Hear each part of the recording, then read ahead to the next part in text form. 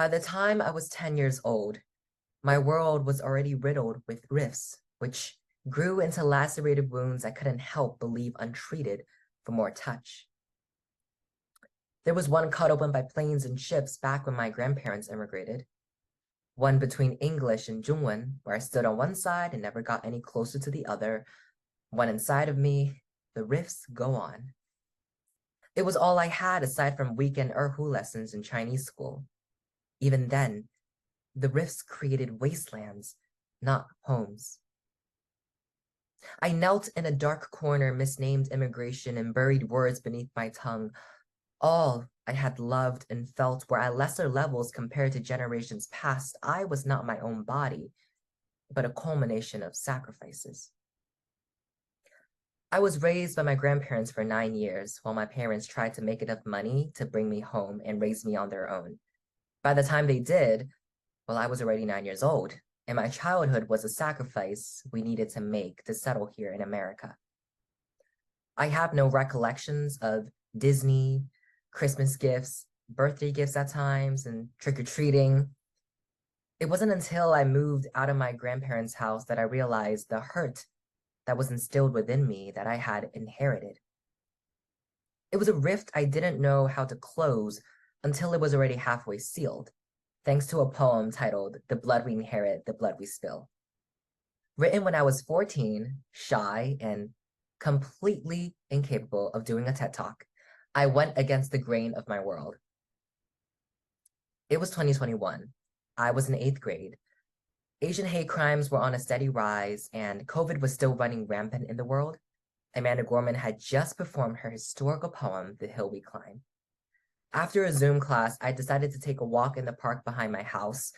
There's a trail, and there's a playground to the side of the trail. On that day, there were a group of kids, late elementary to middle school age kids, playing on the playground. And my teenagers out there will know this, but when you're walking past people that are similar age to you usually go on your phone and you try to pretend not to talk to them. No contact, no communication. And being as shy as I was back then, that's all I did. So I walked by with my phone and I thought nothing was going to happen. I thought everything was going to go smoothly. It didn't. Somebody, or this one guy, called me an ethnic slur multiple times while I walked by. And their friends either laughed or asked what he had said. And I just froze. I didn't know what to say, so I said nothing. When I got home that day, something didn't feel right. I felt like I should have said something. There was a lot I had to say. So in a fit of rage, I wrote the poem, The Blood We Inherit, the Blood We Spill. I then organized a cultural event with my school district, which was named after my poem. It is titled The Blood We Inherit, the Blood We Spill, the Asian American Experience. And my poem was used as promotional material for the event. For 2 weeks straight before the event, my poem was broadcasted throughout the school district. And every student knew the first line of the poem by the time the event arrived. And I was sort of a local celebrity. I was being recognized in public, and the poem was a stellar success. Due to the popularity of the poem, the event itself welcomed over 100+ people. It was an emotionally charged evening, and it was a unifying moment for everyone. That was my first attempt at sharing my poetry with the world, and it most definitely will not be the last. Because I realized if my first attempt at sharing poetry could be so monumental and miraculous, what would happen if I continued? Because we all know in Asian American families, the literary arts are not looked up upon. So it took a lot of courage for me to allow myself to love poetry. However, no matter the glamour, this too is inherited hurt. I was forced to think about my parents, my ancestors, my fellow Asian Americans' experiences in America, and how decades later, we are still here inheriting this hurt. It tried to ruin me in that park, but I prevailed, burning brighter than ever. Since then, I took my old self and made him my enemy. At the event, an English teacher said in the chat that I was going to be the next Amanda Gorman. Big dream. 1 year later, I became the first youth poet laureate of Montgomery County, Pennsylvania.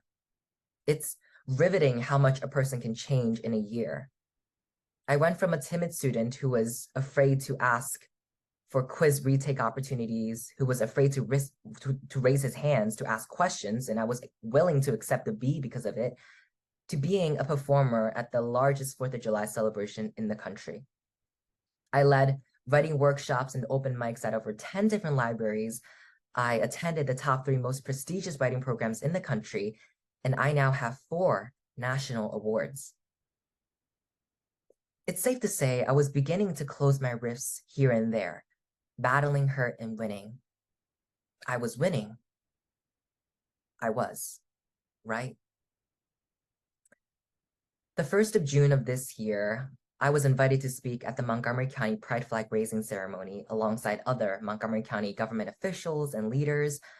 It was truly a breakthrough moment in my career and what I consider the peak of my tenure as Youth Poet Laureate. I was speaking with all of the young queer people across the county behind me, and I was representing their voices. But the night before, while scrolling through various web and social media promotions of the event, I found them to be flooded with comments the likes of, Montgomery County has lost its way. Another event I could care less about. The pride flag? More like the liberal flag. This January, the Central Bucks School District, just one county away from Montgomery County, passed a policy to ban all pride flags throughout the school district. These events have disgusted, disheartened, but most of all, shocked me. I was reminded that who I am is still precarious, and I am constantly inheriting this hurt felt by people before me. It's entirely too easy to begin to see life through the lens of harm, to think that the possibilities of danger are never too far away, and to diverge from a life and a history full of hurt seems too impossible. But how can we move forward when the lack of pain is viewed as luck? How can we live life as if there was never a knife sharpened for us? The week of the ceremony, I vividly remember trying to decide between reading a poem that was aware of what's happening to the LGBTQ+ community across the world, or reading a simple love poem. Did I want to remind people of possible doom, or did I want them to just be there, feel there? Like this is not a life taken for granted, but thoroughly lived. So of course, I went for the love poem, and that right there is the key to our own kingdom. For us, for me, it took an art form as powerful and able to carry loss as poetry to lead me out of trauma. It was a hand I imagined to be however I wanted to be, that coaxed this world into sticking back together and now growing outwards. I'm telling you, we are capable of healing. Because you see, enough hurt can make one feel as if that is homeostasis, as if the body can possibly go on without it. But I'm standing here today, not because all of my hurt was washed away and disinherited, but because I realized that though hurt will continue to persist so long as I have a pulse, life and the means to disinherit hurt will continue persisting as well, so long as I give it the chance to. With every poem of mine, a new reclamation and a step towards riftless land, I couldn't stop healing. I turned rifts into mountains. I disinherit hurt as it comes ceaselessly.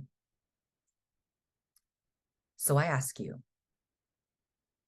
what hurt do you inherit? And how do you plan to disinherit it?